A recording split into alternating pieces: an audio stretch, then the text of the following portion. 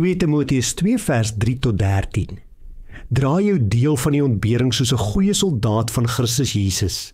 'n Soldaat in aktiewe diens wat sy bevelvoerder tevrede wil stel, bemoei hom nie met die dinge van die gewone lewe nie. 'n Atleet wat aan 'n wedstryd deelneem, kan die prys slegs wen as hy volgens die reëls meeding. Die boer wat die harde werk doen, behoort eers 'n deel van die oes te kry. Dink na oor wat ek sê, die Here sal jou insig gee om alles te verstaan.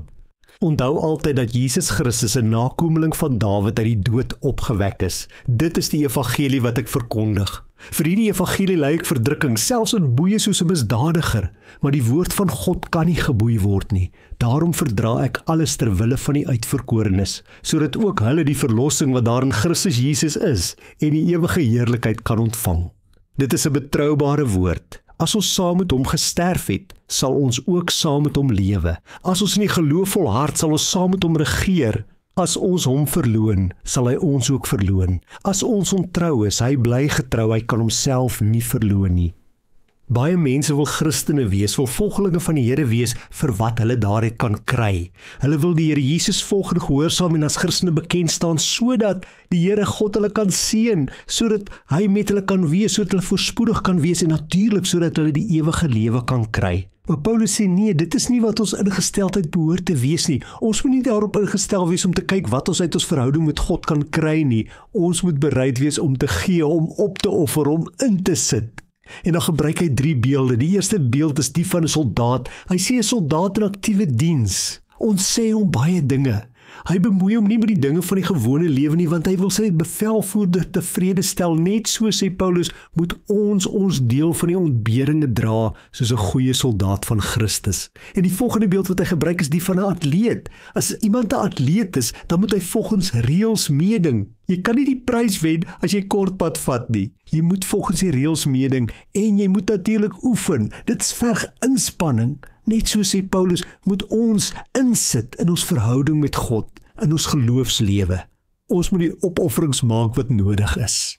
En dan gebruik hy 'n beeld van 'n boer. Hy sê, die boer wat die harde werk doen, hy kry eerste deel van die oes. So word vandag geïnspireer om die harde werk te doen, om in te sit, om te werk aan jou verhouding met die Here, om nie ingestel te wees oor wat jy uit jou verhouding met God kan kry nie, maar wees eerder daarop ingestel op wat jy vir ander kan beteken, wat jy vir ander kan gee, wat jy kan bydra tot die koninkryk van God.